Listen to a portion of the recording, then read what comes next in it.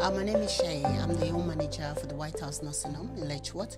I've worked here since January 2016, going up to 2 years. My name is Mahir Shah. I'm a director of Managed Care Homes Limited, and we own a care home called Burleigh House based in Baldock. I've been owner and director of the home for over 15 years now.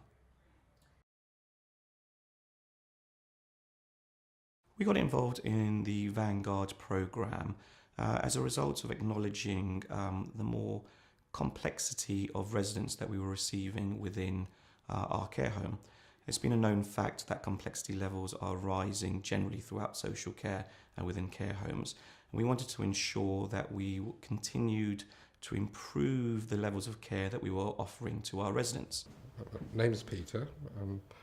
I've been at Burleigh House for nearly 6 years now, so I've been in the work for about 30 odd years. One of the main problems, I think, was the fact that the staff weren't trained enough to deal with emergencies that happened, and so we were spending a lot of time calling out the paramedics or calling out the GP to actually see the resident. When I came on board in January 2016, the home was on embargo.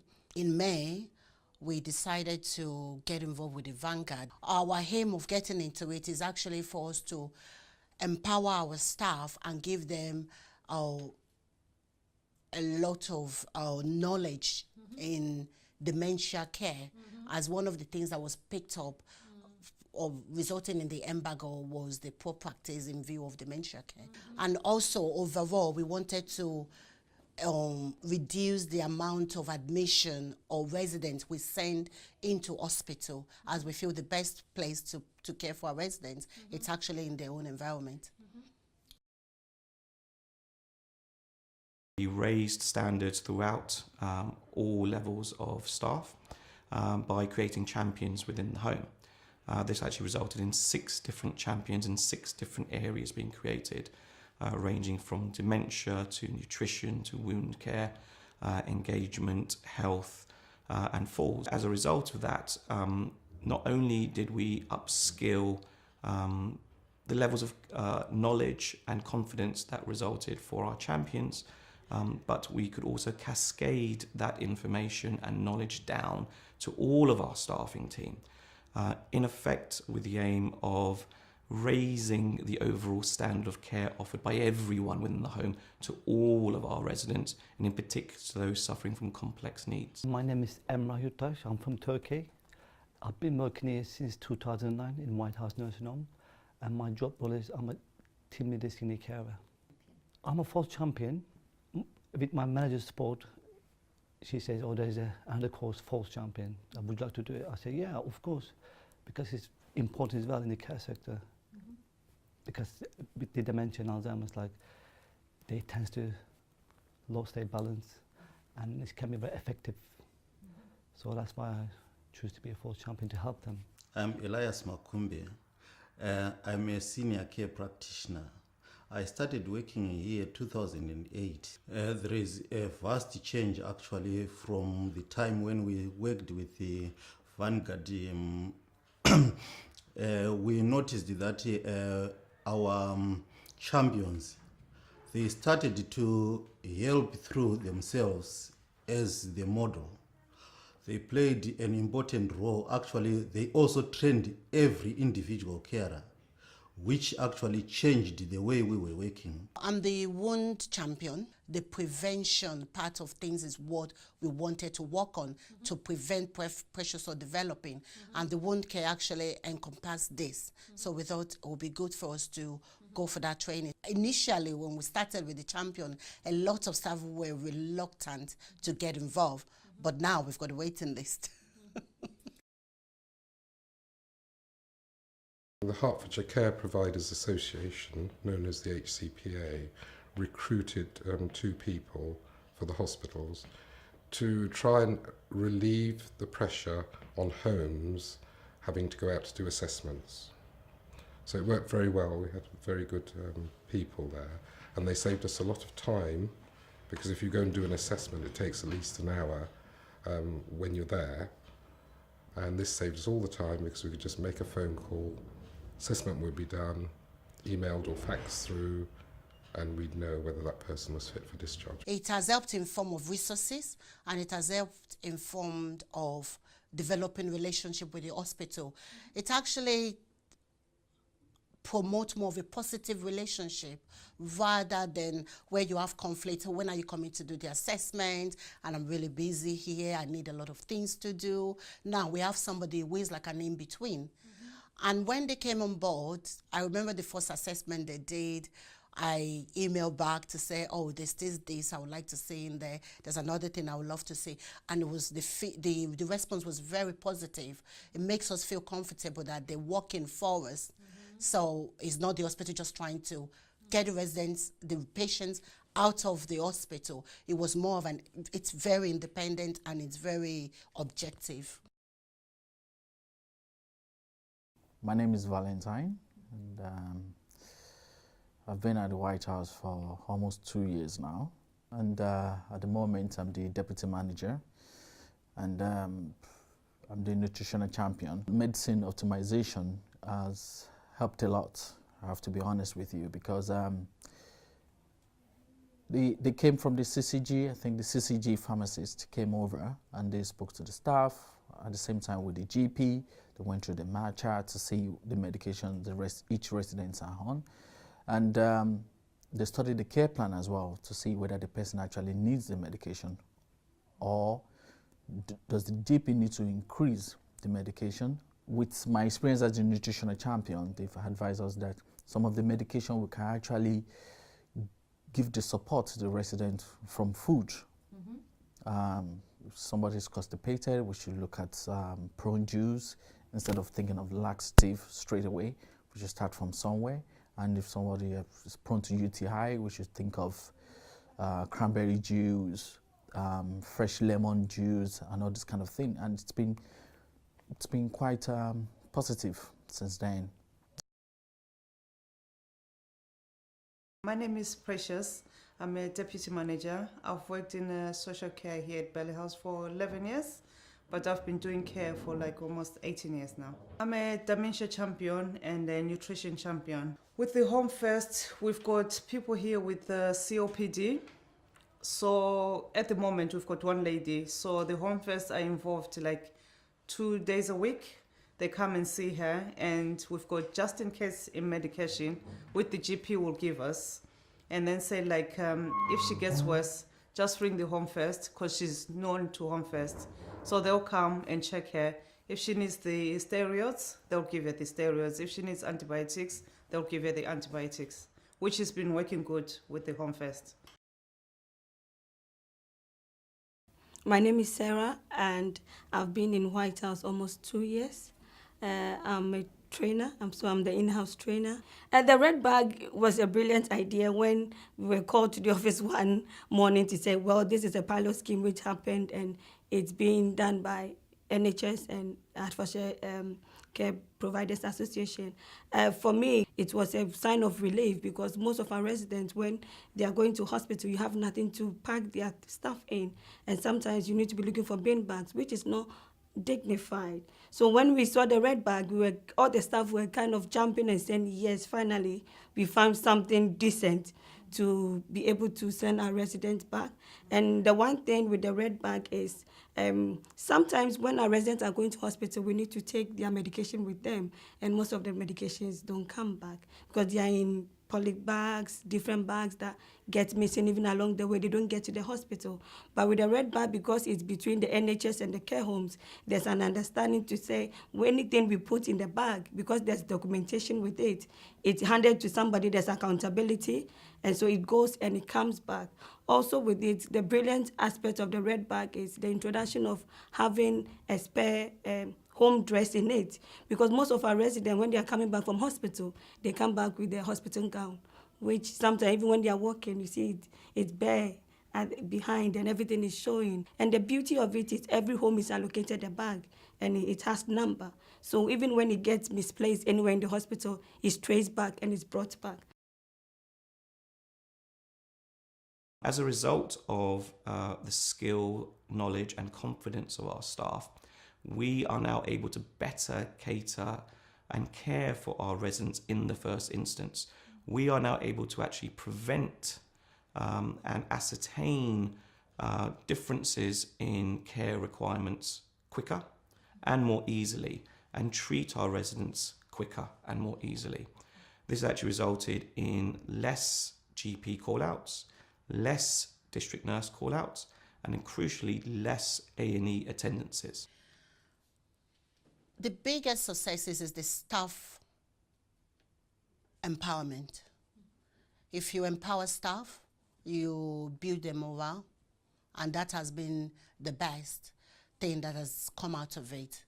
And also for the residents, they're getting their needs are being met quicker, because carers are the front line. They're the one that have the one-to-one with the residents before they can even get to call the nurse and call myself or call the GP. Because of the Vanguard being introduced and now we having the champions, it has built the staff knowledge and their understanding of what to look for if a patient is going into a critical condition or their condition is deteriorating. And that has helped a lot. My name's Katrina. I'm senior practitioner here, and I've been at Burleigh House 3.5 years, but I've worked on and off in social care hospitals since I was 16 years old, and I'm 52 now, so an awful lot of years. So I'm what they call the wound management champion. Firstly, with a lot more confidence, definitely loads more confidence. It's just knowing that you know what you're talking about, as you before totally relied on district nurses. So to have this knowledge and to have passed that on, because we've done the training sessions with the other staff, so that's been passed on to them, and to see the staff have so much confidence, it's really good. And again, like I say, has benefited all of our residents. We're on top of wound care. Very rarely see a pressure ulcer. We've had residents that have arrived to us with grade 3 come in as emergency, and they've got grade 3. With all our knowledge and the care and the staff, we've been in working obviously with the district nurses as well. We've been able to see these grade 3 heal up, and fantastic work, really good. I had one of the staff that have worked here for 13 years, 13, 14 years.